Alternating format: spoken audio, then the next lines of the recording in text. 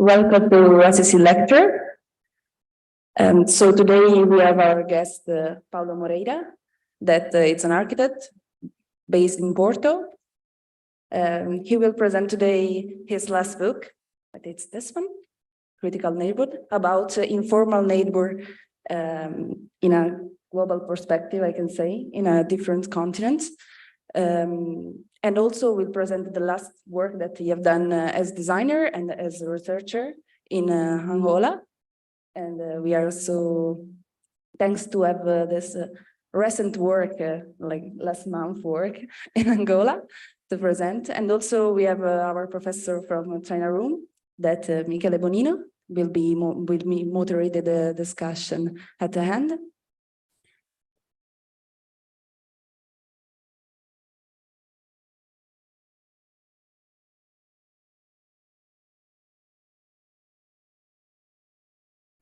So I will leave the floor to our guest. Thank you, Julia. Thank you, Michele, for looking forward for a conversation after this presentation. And hello, everyone here in the room, but also at, well, wherever you are sitting and watching this talk. It's a real pleasure to be here and to first time in Torino to know your school and to share some of the projects I've been working on. It's funny because I really were catched by the title of this lecture series, Love and Hate Architecture, because I think is exactly the way I feel about it. In fact, the title I gave to this talk is a different version of that feeling called conflict and reciprocity, which is this idea to to address and approach situations that are not so easy as, but I believe as architects can engage in those situations and contribute somehow. So all the work that I'm about to present started in 2010 in Angola, the capital, in Luanda. And this is an image of the neighborhood of Chicala, which is the neighborhood where I did my research, my PhD research. When I started this project, it looked a little bit like this. So we surveyed the site, but we knew it would disappear at some point. So this is a more recent photo of part of Chicala that has been completely erased and demolished. So this is the conflict that I knew that would happen, and somehow I felt it was urgent to record this place before it completely vanished. And throughout the process, I really learned a lot about practicing, about researching, about collaborations, and so on. I think this subject is very timely and very important, what we can learn from this experience elsewhere, in my case in Africa. And this is just a print screen of yesterday's article in The Guardian, where Leslie Loco, the curator of the La Biennale in a couple of months, talks exactly about this subject, about what we can learn from Africa in particular. And I just arrived a few weeks ago from a tour in Angola, Namibia, and South Africa. I have a few pictures of this tour, and I feel this is exactly what I have been trying to do in my path, in my career, is to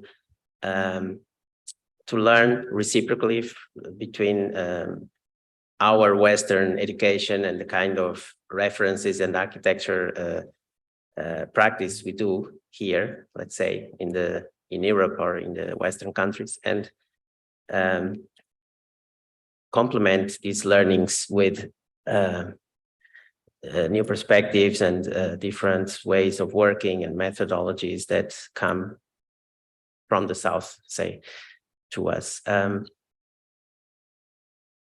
I was handling a book in the previous picture. This is the image of the book which was the reason why I did this travel to Angola, because I just published this book called Critical Neighborhoods, The Architecture of Contested Communities with Park Books a few months ago.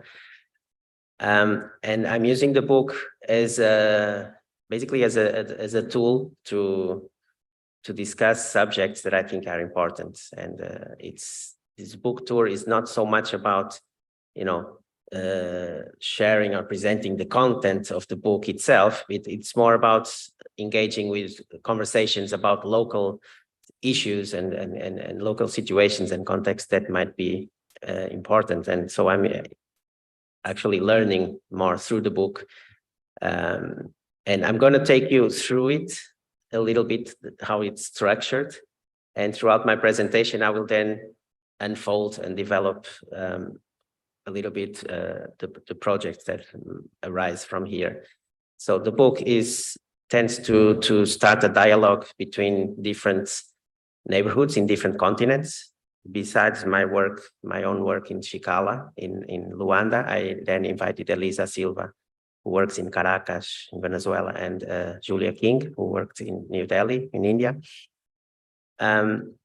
So there are 3 main chapters about these 3 neighborhoods, and we add a 4th chapter, which is a conversation between us 3, and it's moderated by Matthew Barak. And in this conversation, we start to notice that we actually, through these experiences, we address several other projects, in my case, in Portugal, in Julia's case, in the UK, and Elisa's case in the US. She's also a US citizen. And I will show you a little bit of those works. There's a complement to this core of the book, which is a foreword and an afterword by Abdul Malik Simon and Ines Weisman. And then also an introduction that I do about the methods that I see as kind of common to us, even if working in very, very different contexts. I think we share somehow some ways of doing things and about, So I present these 7 points and the 7 methods for an engaged architecture. I can run through these introduction points quickly, just to give you an understanding about this. These are some book spreads I will share, and starts with this idea to being there. I think it's very important to know the context where you are working, and each one of us really starts by engaging with the site, but also to involve and to collaborate with, in my case, with students and residents in the neighborhood, and start some interaction and social interaction, which I think is important for the project to develop. These interactions can become, with time, more institutionalized or formalized, which means that we might want to build, in our case, we build a small archive about the work we did. We did surveys, we did photographs, we did inquiries, we gathered archival material, cartography, and so on. And this material is gathered and can be visited in these pieces that were made by local artisans in Chicala, and it's stored at the architectural department in Luanda. It's also online in a website called chicala.site. We did a small book as well about that throughout the process. And this idea to use archival research, not only in the archives or libraries, but also to find private collections and materials and records, photographs that were not previously public, but people had stored. In this case, you see a photograph here by Luis Damião. He's the son of a photojournalist called Paulino Damião, who had, I don't know, thousands or hundreds of negatives. And we have been looking at them. And in fact, the book cover is a homage to Paulino Damião. this is it's a detail of one of the photos which I thought was interesting to show, because through these records I understood a lot about, you know, how self-building is done here. In this case, this is a photo that could also work upside down, because it was originally how do you call it, a carousel for children to play. And if you just turn it upside down, it becomes a shed. It's in the book, in the cover. It becomes a shed for shadow, shading. We then referred to this idea of how to represent these findings, and the work we did in the surveys and taking notes and I don't know, turning this information into data, but not turning this data into statistics or graphs only. I think it's important to give this a visual or a topographical dimension, no? In this case, we were looking at the common markets that the residents of Chicala use, and by doing this and tracing the routes that these people take to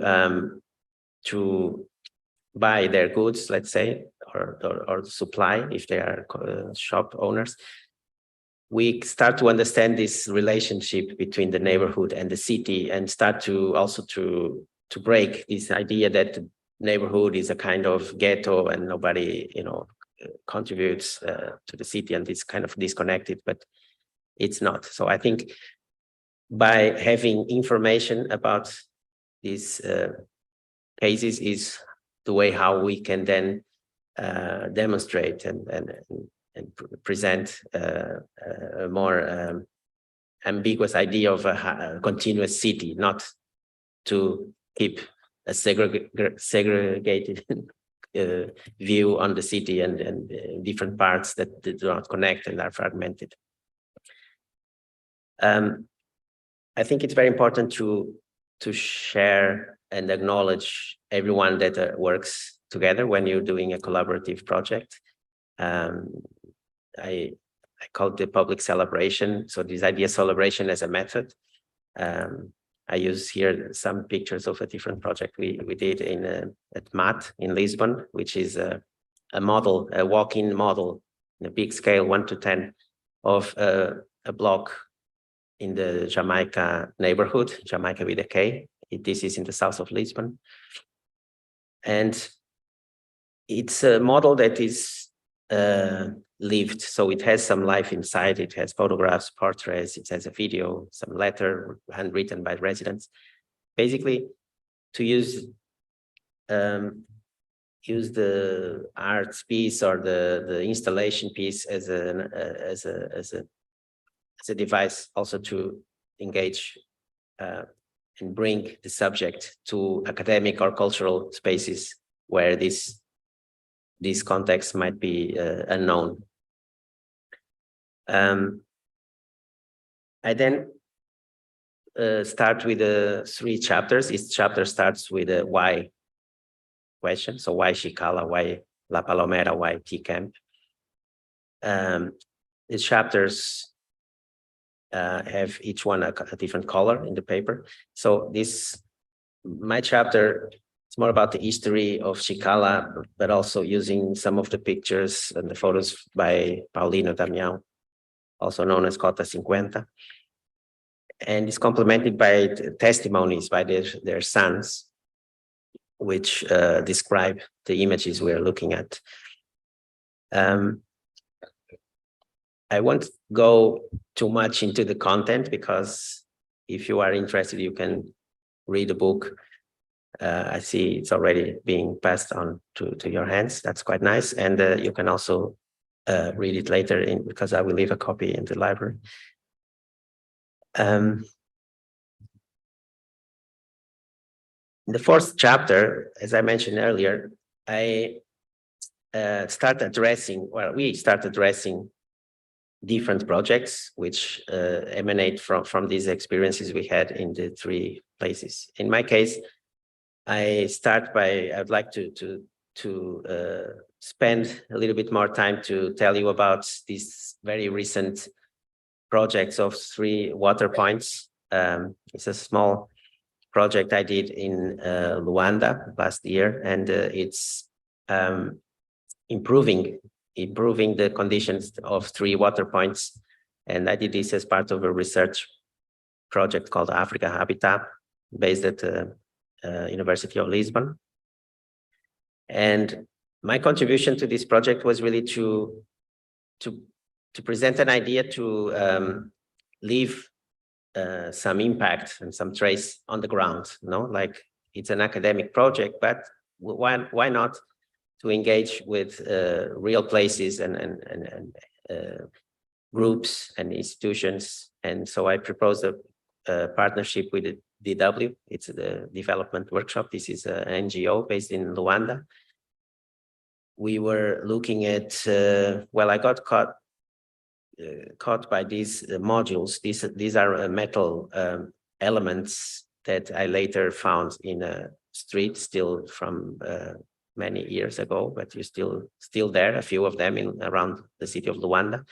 And I got struck when I found dozens of these modules in a market, in an outdoor market in Luanda. And I thought we could do something with these elements in order to promote a practice of reusing materials and to show how, even with old materials, we can still build something new and improve the conditions. And we start also to realize that the dimensions of these modules were exactly the same as the fence that is kind of falling apart in one of these water points. And so we found these conditions there that, you can see some clothes hanging in barbed wire, and there's really bad situation. But maybe here we could develop a way to improve what we found. So we work with local metal workers and builders to create this new entrance, the gate. And you can see here a few pictures that are very recent. I took together with Ivo Tavares. He took the pictures. Ivo Tavares, the photographer, came with me to Angola last February, and this is the first time I'm actually showing these pictures. And I wanted to use this opportunity to improve the place, not only by creating, say, a fence or a gate, but to create some new use. For example, some benches where you can sit while waiting for your turn to catch water from the water point. To create 2 entrances, one for the water point, the other one for the little laundry space that is very active and people really use it. This is very important because it also creates and gives some income to the persons who are taking care and watching for the water point. But also inside it works as a clothes lining, so it's used for hanging clothes as well. So this structure is used as a gate, as a bench, as a clothes lining device, and also for security, let's say, because it has a schedule, it opens at a certain time and so on. And so this this element allowed place to work with better conditions. We did a second project a little bit, in a different place called Quilunda. The 3 sites are all different. And this was an incremental project. We did first an experiment about one of the improvement solutions, and then later we did a second round. All of these was made in conversation. So we gathered local builders, local authorities, and different types of experts. And here on the left, you can see a few photos printed that are showing observations and visits we did to other water points. So our aim was to serve as a meeting point. So people were from different water points would meet to discuss and share the experience, what was positive, what was not so positive. And finally, we came up with this first small project, which was named the giraffes, which are these elevated tubes where people can fill their water containers and recipients without having to ask for, someone else to help to put it back on their head and walk away. I think it was very interesting. For me, it was very emotional, even how happy people were when they saw water coming out of the tubes. We also did a second phase reusing the same modules as before and the project before. And this was all made during the COVID times and between around 21 and end of 20 and the end of the year, beginning of 22. And I think this also promotes this, because these places, the water points are really gathering spaces. So people gather around the water taps and, everyone touching everything. And by doing this like that, we could avoid that people would gather around the tap. So there's someone inside that opens and closes and the other one outside with the buckets on their head, and ultimately just fill up the basket and the recipients and go home and didn't have to touch anything at all. So that was quite, so here is the way how it works inside, but also situation where you can see the lagoon, just very close to the Quilunda settlement. The third case is a more dense area. This is almost one of the only, let's say, vacant areas around. And this is the situation we found when we were searching for places to work and cases to improve. And this was a very interesting case because it's there on the ground. You have this water point really recessed on the ground, and it's quite clever because you don't need water pressure to run up above the ground to reach the taps, but it's actually just working as for gravity. And the problem is when it rained, it would be flooded, so you wouldn't use it. You wouldn't be able to use it. So our project consisted with working with the local builders again to create this structure to protect the water point from the rains, and therefore it could work even when it's raining. But it's also a little bit extended beyond the water point, just to create a shading area where people can wait under the shadow, because they haven't that before. And this is sometimes you really spend a long time waiting for your turn. So I think I like to see these three projects as public space. Also, there are places for gathering and places that are not only for the function of access water, but there are places for gathering, for these little squares in these dense areas. I think this is one of the last pictures I had from that one. Carrying on with the fourth chapter, the conversation chapter in the book, I at some point mentioned the school in Capalanga. It's a project I have done a few years back, but I revisited recently. Well, I have always revisited since it was built. That was quite interesting because it's a project that is incremental. That's why it's built, let's say, each classroom independently, because we can do it gradually depending on funding and so on. it started with an exercise I asked children in the school to do, to draw their schools and see what kids would represent is more important, because children have this capacity to really synthesize and show like what's relevant, what's important. And I was interested to look at these drawings and find that the tree is very important, and half of the drawing is always a playground, the other half is the school building itself. But it shows how important the outdoors is. So when we started working, there was just one long element in the middle of the plot, as you can see, the longer building.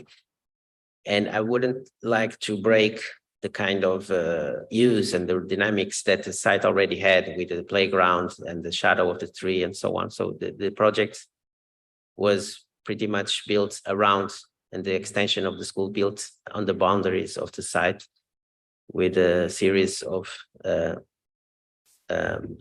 classrooms and a little room for the teachers, and toilets as well.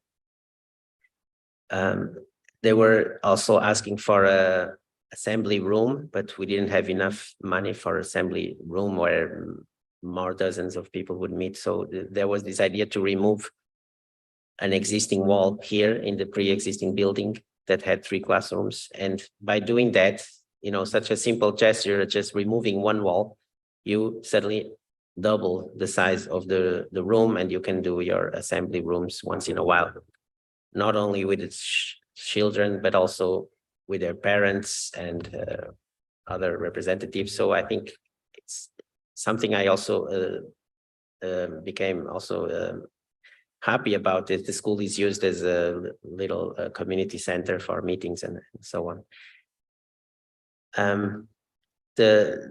The facade of the end of the materiality of the building is made with the earth found on the site, that gives this grounded, and it brings it really, it grounds it in the site. It's very contextual in that sense. These are some photos that we took last month, where you can see the children playing under this beautiful tree.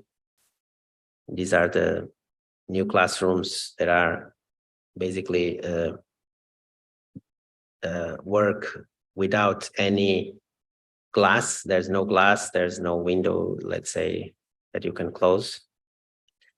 But just by orienting the classrooms and the openings towards the prevailing winds, you're able to reduce the temperature inside for about 5 degrees less than outside.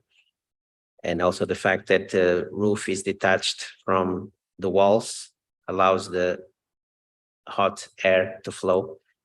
Hot air tends to stay higher, as you know. So it flows above, and there's also more light coming in if you do it like that. And each room then has a little courtyard. So throughout this time and these projects and experience I've done in Angola, I'm also interested to look and observe what's happening around Porto, where I'm based, and around different places in Portugal. Because there are perhaps not so dramatic situations as these, but there are situations that are still quite impressive in a European country in the 21st century, such as this. This is Monte Xisto. It's a neighborhood in Matosinhos, outskirts of Porto. I've been working here since 2014, but more recently in a different project, in a bigger transformation, but it's kind of on hold. And when we found a program called Bairros Saudáveis, meaning healthy neighborhoods, we decided to apply to improve an access between the neighborhood at a higher point over here, and then the streets are dead ends most of the times for cars, and then they just carry on as stairs. And then this is very, very close to a river called Rio Lessa, where there were some ruins, and a path.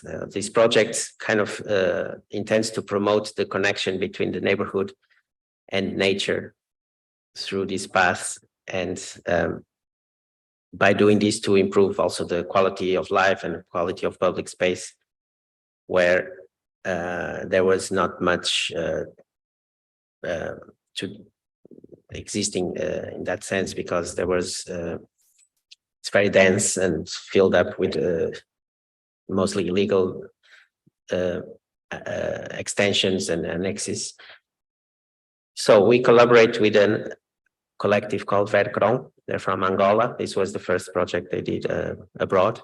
They came to Portugal. We worked together, so with also the local builder here, Senhor José, living in Monte Xisto in this neighborhood. And we worked with the local builders and the artists from outside. So our role here is also to bring, you know, these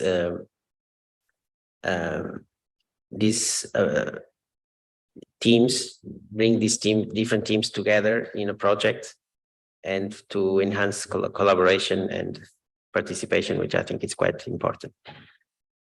The ruins were all cleaned up, and there was a lot of dust and debris and just rubbish. So the project was pretty much to clean and depollute the margin of the river, and then to paint with the artworks and create this gathering space and place for, I don't know, for walks, for picnics, for encounters. It's also used by a group that organized trails that now run up and down the stair and the ruins. By now, I don't know how long I have, but I thought it would be interesting to pick up on this idea to work locally and what you can contribute and what you can, how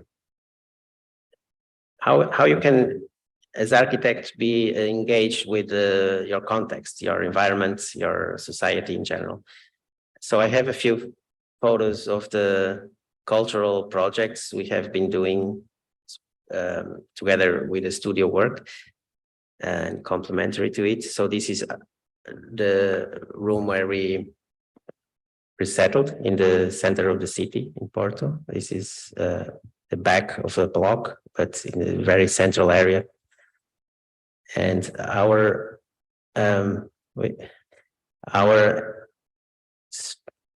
cultural space called Instituto. Instituto is as a homage to the former warehouse that existed here, which was Instituto Pasteur, which was a pharmacy warehouse from the middle of the last century.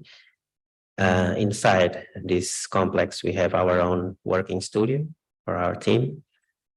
We then have this project room where different types of events, exhibitions, workshops, screenings. We also have the hall where we do some gatherings, but also talks. And so this is another way, as I think we as architects can also engage and see these cultural projects as also devices similar to the book. I think in a different format, what the Instituto does is to engage with practitioners we admire. We also have a residency studio. So these are some photos of the residency space where we can host people coming from abroad that can spend some time together in Porto with us, developing some projects and then exhibiting the projects in the project room, for example. We have a website. In case you're interested, you can get in touch. But I will show you one of the workshops we did, because I think workshops are also devices that similarly can be important to work in these contested places. What I'm trying to show here is through a variety of medium, from book publications to cultural projects to workshops. We can do a lot and not only with buildings or design. We can also do, but not only that.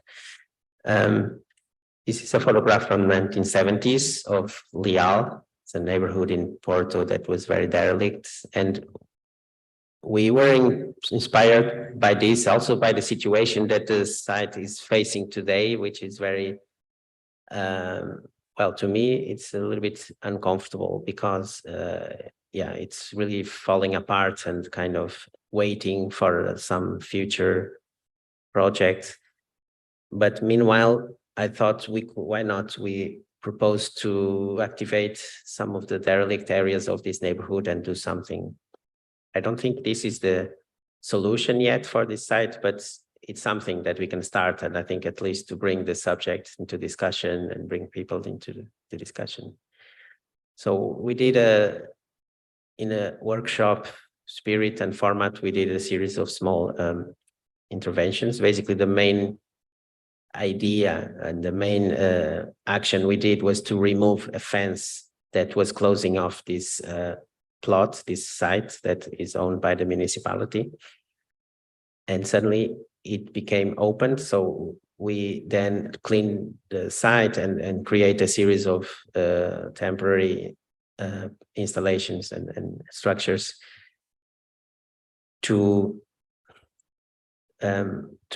create some gathering space for the residents. There are mostly old people that live just next door in this yellowish building, which is a Sal Project. For those who know what Sal it means, Sal is the housing program that happened in Portugal in the 1970s. And we feel this program and this project could have second life, let's say, and to have some improvements as well. So as part of Institute, and this is the last slide, I leave you and invite you to come to Porto at some point for our to visit us. And we are organizing a Arquiteturas Film Festival this June, and then a second edition of the Leal workshop in July for a week this summer. So thank you.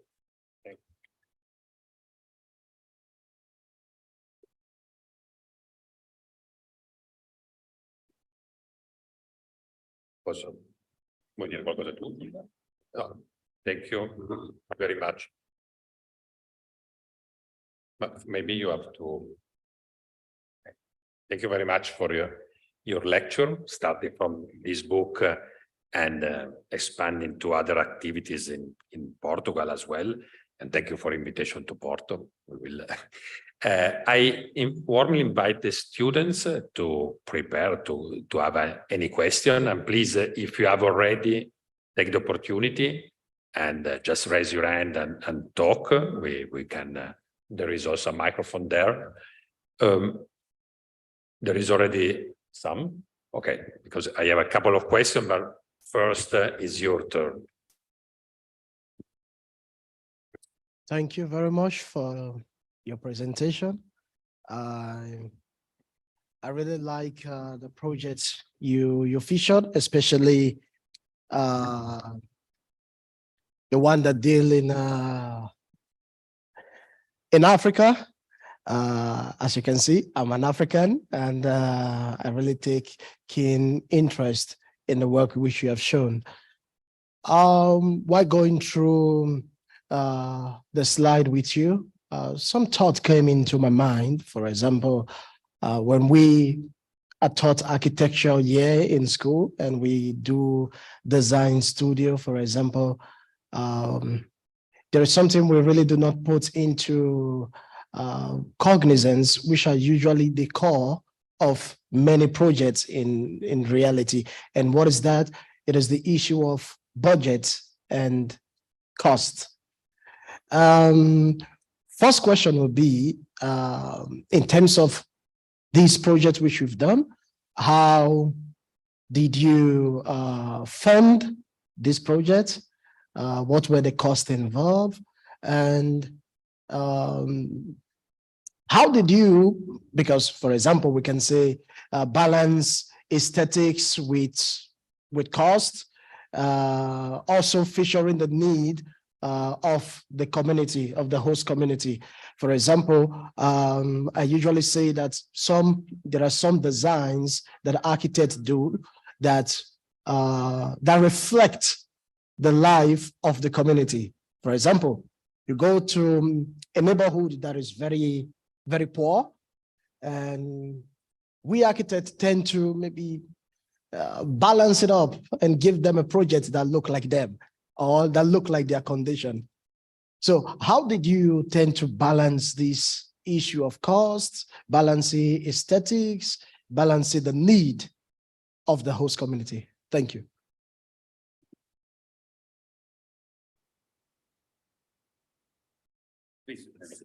Thank you for your question and your comments. And yes, this is a very key issue, how to fund these projects. Well, part of these projects, I have to found the way how to develop these projects is that we take initiatives. We want to do something, but we just don't know who's going to pay for it yet. So someone is going to pay for it. And I can see two ways of doing it so far. One is through academia, so to engage with an academic project, and such as the water points were paid by Africa Habitat, which is a research project funded by Aga Khan Foundation, and FCT is a foundation from Portugal. It's a joint program. It was, of course, these academic projects are not meant to pay for buildings and build work, but we framed this project as part of a training sessions. So these experiments with modules, the iron modules or the giraffe system, these were made in a kind of workshop spirits, looking at available materials and local techniques and local builders and technicians.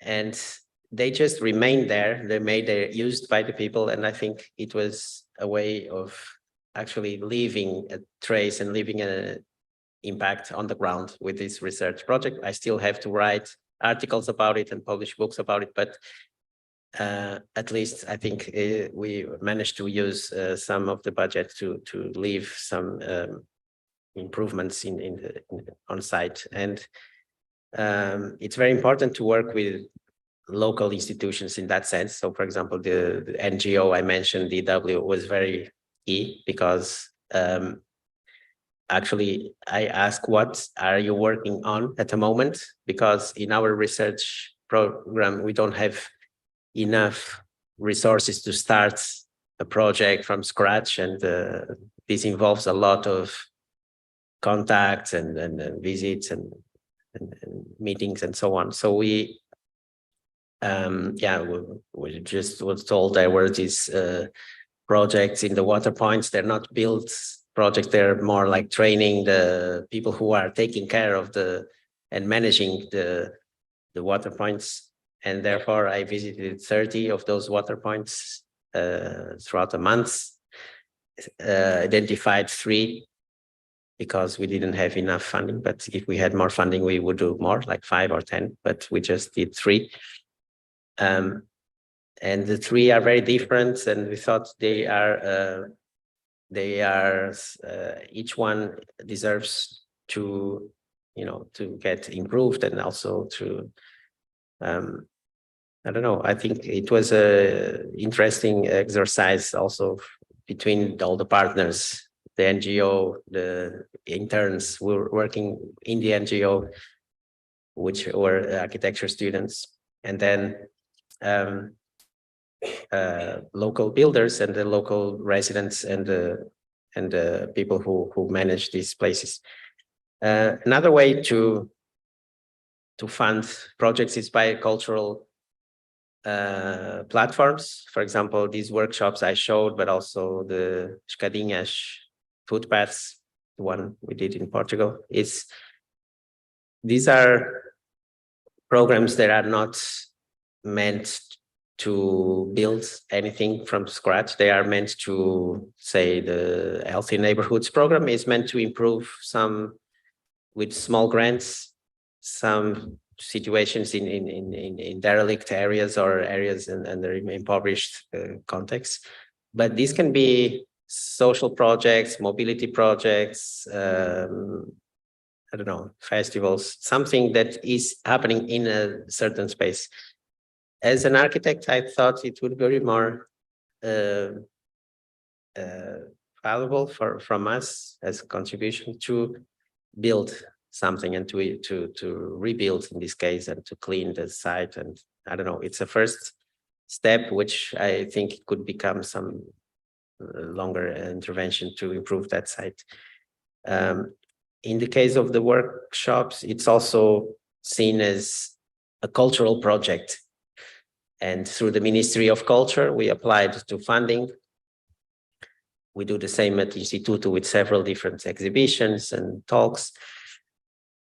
Through cultural frameworks, and we managed to basically to fund our own initiatives instead of waiting that a client will ask us to do, the commission us to do something because they want, that we wouldn't find a client for this type of project. So we have to just carry on and go after the funding, which it's something we don't see in these pictures, but there's a lot of work. It's perhaps more work than the final result is done in these applications. It's all very formal and bureaucratic, and also the reports we have to write and the budget things and the receipts, whatever. So it's quite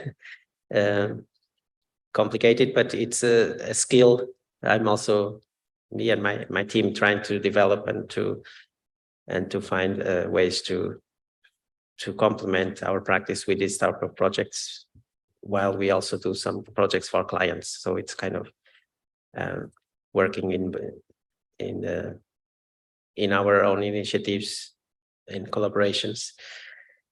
I think I answered your question, Paulo. Thank you.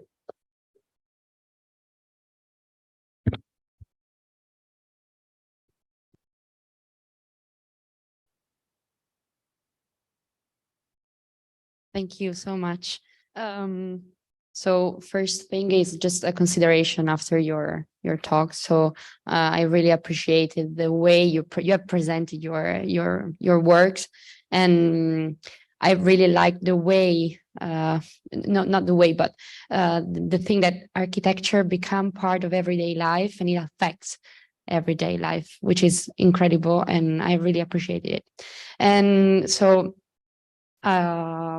I have this question. So in your PhD thesis, you said that one of the most obvious manifestation of the conflicts of civic conflicts in cities emerges when the state itself is the aggressor, for example, by forcing eviction of city dwellers. You said you have written. So from this statement, I was reminded of those cases of ghettization, removal. You said before, like to break the status of the this is the city and this is the ghetto. But I think there are a lot of cases in Western cities. For instance, I was thinking about Los Angeles or the Skid Row neighborhood, for instance. I was reminded of those cases of ghettization and removal of people or social groups through clustering in specific neighborhood. So in your opinion, what might be the possible generators of value in these areas, and how might architecture and living can influence or be influenced by it? Wow, thank you. Whoops. It's I guess I could write a whole thesis about that question, because that's in fact exactly what I tried to do with my research. And what can we do facing these cases of injustice and sometimes even promoted by the state, as you mentioned. And I think one way, the way I tackled the question was to learn and to know more about the sites, because if we have more information, we might be able to argue against those policies that are diminishing these places and telling, no, this is not good enough. It's just has to leave. But that's why I use the word of reciprocity, because I think there's always, especially in a post-colonial context, such as Luanda, this distinction between, the good or bad areas of the city, or the formal or informal, are not so present anymore, so visible, because the whole place is one complete changed, appropriated, and compared to what was planned. So I felt that if I can demonstrate that there are a formalization in these informal neighborhoods, but also there is an informalization of these, say, formal areas of the city, then we understand that it's not that different, of course, beyond the material and built factor, which is definitely different. Like you can see at the first glance lots of problems and questions that you want to remove. This is going to be the first or most immediate answer. But while you look closer and you understand and you live there and you talk to the people, and then you will realize there are some spatial logics that tends to show to give a sense to things being as they are. Of course, there are problems, not saying there are not, there are problems, but I don't think often these problems are solved by just erasing these whole areas. Even here in Italy, you have lots of former informal settlements that are nowadays UNESCO human heritage. The city centers in most of your towns are used to be unplanned places with no sewage, no electricity, no water service, whatever. But it's possible to upgrade and improve those places without having to turn everything down, because if someone had done that before, we wouldn't have these beautiful city centers that you have here. So trying to see the characteristics of the places as characteristics instead of problems, and perhaps finding some solutions that, for example, in Escadinhas project, most of the problem there is these illegal extensions and the houses, but our project doesn't touch the houses because they have to be solved in a different place with other entities. We are highlighting the public space of it, the stairs, for example, and by improving and changing the public space, I think you can have an impact in the private space, and I don't think that the problem are the houses elsewhere, everywhere. They are lack of infrastructure, other services.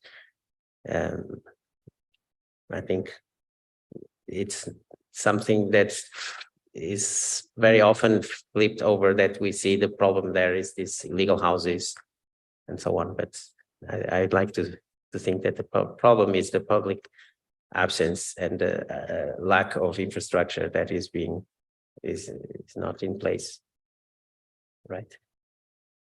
Thank you. I have a question, if I can, or a reflection maybe.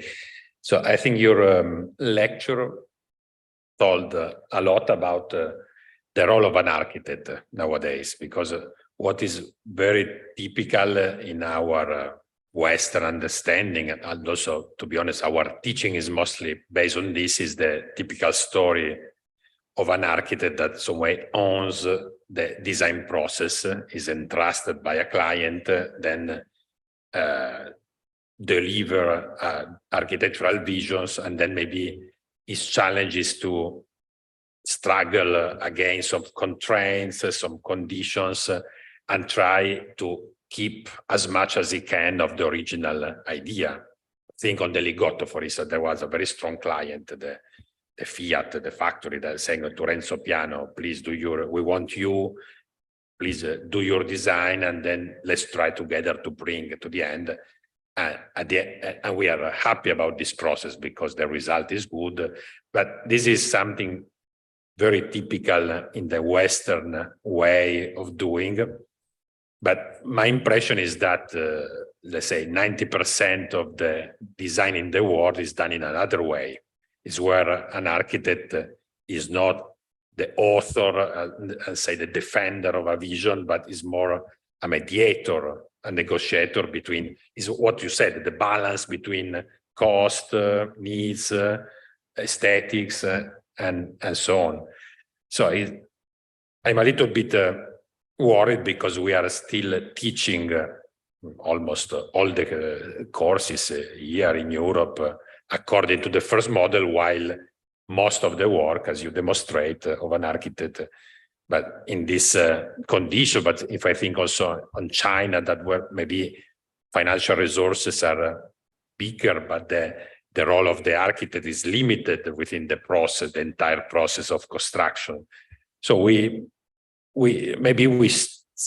should change something also in our teaching, in our way of thinking architecture, transforming the architect from an author to a mediator. That is also a very interesting job. So and you demonstrate in this with this small example, of course, that you did this kind of work, not the designer going there and imposing your idea.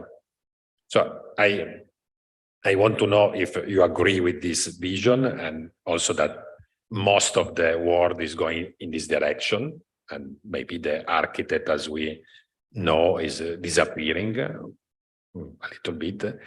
And then, but what happened not to the architect, that architects are always able to reinvent themselves away, but to architecture itself, because behind this vision, like Renzo Piano did this building, there is research about languages, about quality, about controlling architecture that maybe is not that easy in these very different conditions. So I'm not sad if architects, as we know, disappear, because they will do a different job. That doing negotiator is also a very nice job. But if also architecture will disappear, I will be a little bit more sad. So what is your opinion on this? Well, great. No, I feel that this kind of reflections was exactly what we started to discuss when preparing the 3 chapters and what would be the focus on each chapter and so on. We realized we need perhaps to have a conversation. That's why we added the 4th chapter, which is the conversation between us 3 to... Actually, at some point in the conversation, we talk about the necessity to unlearn architecture, and the fact that most of the references and the way how the education we had in the architecture schools were not so relevant for the places where we were working, which represent, I don't know how much percentage of the built environment we have in our planet, but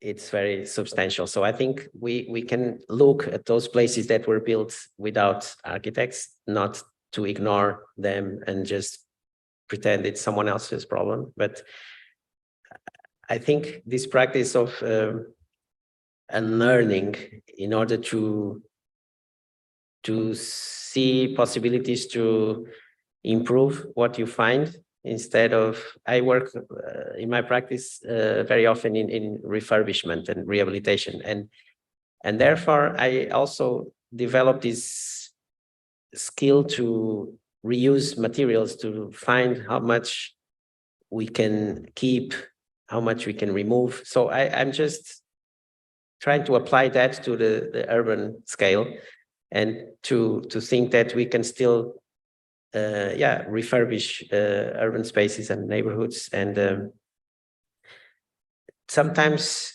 it's a failure, because one of the, so Julia King's chapter, she talks about a failed project, a project she did with a very good will, and we have the sense that architects want to do good, and we want to build it's a sanitary project in New Delhi, toilets and small structures to add toilets to houses and so on. But due to the forces that are acting around, the master planning and the policy making, the site was completely razed even before she could do that small scale improvement. And therefore, sometimes our effort, it's really unrecognized, because it's such a small scale project that would improve something in a short term. But I believe that these places that very often live in uncertainty for decades or lifetimes, and very often these places are not better places because of this uncertainty, because people don't know when they will have to leave, because at some point there is a master plan coming, there is a relocation program, there is rehousing and so on. But meanwhile, while those master plans, those large teams of specialists and experts will design something, meanwhile, I think we can do something, instead of doing nothing. I think even if it's a failure, or if it's not as good as it could be, but I'm interested to. I knew, for example, the idea was to reuse materials in the water points. So that's why we went to the market. But basically, we didn't know what we would find, but we would find something, and we will work with what we can find. And suddenly we found these modules, and I felt, okay, let's use them. Let's do something with this. It's like also the capacity that I learned in being in the informal places is that people develop some imagination and some capacity to or spontaneity to build and to design, that I think we can also learn from that, even if sometimes ingenuity in the way how to build. But I think then it's when we can contribute to find some better solution to something that is already there. Even the giraffes were there in a different way. We found somewhere this technique. So what I feel we can do, it's always the answers is already there. We can just look for them, and we can learn from those situations and unlearn from some other situations we had in our minds. There are other questions from the students? We have still time. Please.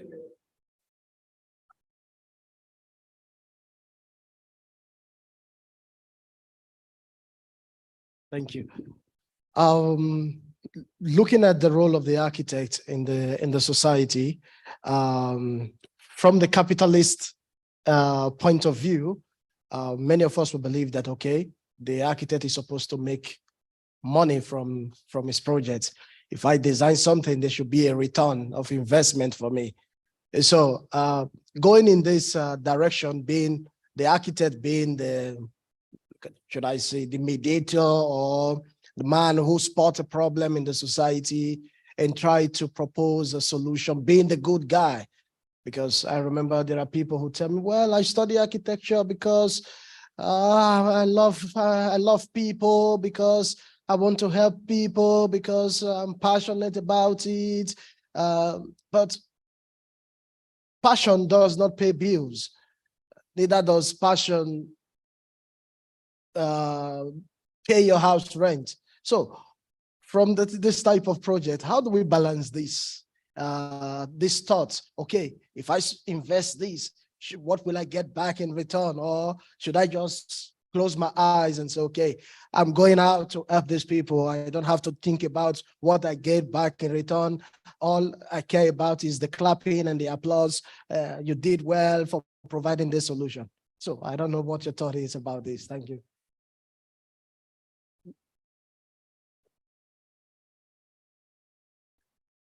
Well, I think it's difficult, but the way how I try to do it is that I don't want only to do one kind of practice, right? Because I do have to pay my bills and other things. But I also do projects that I actually impacted by this experience. So I don't have two practices. I have one practice where I can do, I don't know, have a client who asks me to renovate a house. It's a beautiful place. It has a swimming pool, or it has needs some extension and so on. But I think there are lessons to learn from, to respect context. I think it's something I've been learning a lot from even the work I do as an architect for refurbishing, mainly what I have been doing. But in last years, I have tried to do less of that and do more like projects of public impact or more tangible social impact than just a house for a couple or a person that is going to live in this apartment and is amazing. Because even if I earn less money, I feel a little bit more happy about my role and what I am doing. And I'm sure there would be ways to earn more money than what I earn. But at the end of the day, I think it's important that we can enjoy what we do. And I feel that if you do what you enjoy and do you like, I'm sure you will find ways to do it. And I don't know, I believe it's possible. Every time it's possible. I think just as a last question, it's quite interesting what you said, that you have maybe two different kind of projects, public impact on one side and more market oriented on the other, also to still do your profession, but you have one practice. This is interesting. And so the 7 points in this book that were originating in this kind of conflictual and informal context, you are able also to bring back to the typical profession, to the market-oriented situations, or you still keep separated as a methodology? Because I was interested to listen that your practice is one. You are the same architect when you do both your practice. Yes, my studio is called Paulo Architectures. So I use the plural exactly because I believe we can do diverse projects. We can do building renovations, competitions, I don't know, even the research projects I showed and the small temporary installations, or the cultural projects, curating, writing. I see this as one practice, but it's plural. It's a bit, sometimes it's even still hard to reflect upon my own work, no? You probably have the similar feeling from your own work, but this idea of a plural dimension that architects can do, I think that's something I'm very interested to explore. And so far, I've managed to do this practice, research, and cultural projects simultaneously, but in different levels. At some points, I'm more into the practical in the practice side, less research, less cultural projects. Some other times I'm doing more cultural projects, less practice, and research in between. It's kind of always there. I think research is the base for designing and for thinking. So I'm still in that moment to realize what is this about? What are we doing here? But that's why I really enjoy also these moments to sit down and share with you a bit of these reflections, because when we are busy in the everyday in the studio or deadlines and reports or submissions, I think it's important to still find time to think and to share what we do, because that's when we get some even the ideas that come from these moments and these meetings. And I'm sure, and I hope we can find some to continue these conversations later on. And thank you.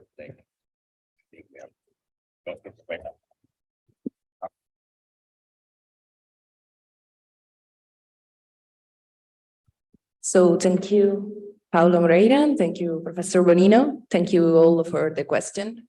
I think that we had a great discussion altogether.